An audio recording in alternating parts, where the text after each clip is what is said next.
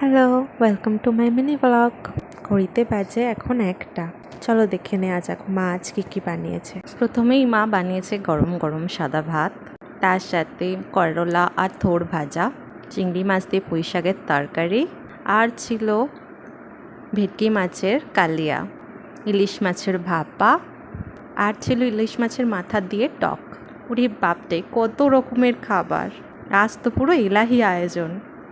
তো আমি খেতে বসে পড়েছি। মা আমাকে সুন্দর করে মায়ের ভালোবাসা দিয়ে থালা সাজিয়ে দিচ্ছে।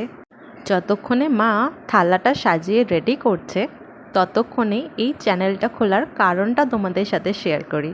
আসলে মা ঘরে থাকে, দুপুরে লাঞ্চের পর অনেক এরকম রিলস দেখে, তো আমার মায়ের মনে অনেক দিন ধরে ইচ্ছা একটা চ্যানেল খোলার। তো মায়ের ইচ্ছে পূরণের জন্যই এই চ্যানেলটা খোলা। ভিডিওটি ভালো লাগলে অবশ্যই একটা লাইক সাবস্ক্রাইব করে যেও। আর এই ধরনের ভিডিও দেখার জন্য অবশ্যই সঙ্গে থেকো। এই ছিল আজকের মেনু। এবার আমি খেয়ে নিলাম। টাটা।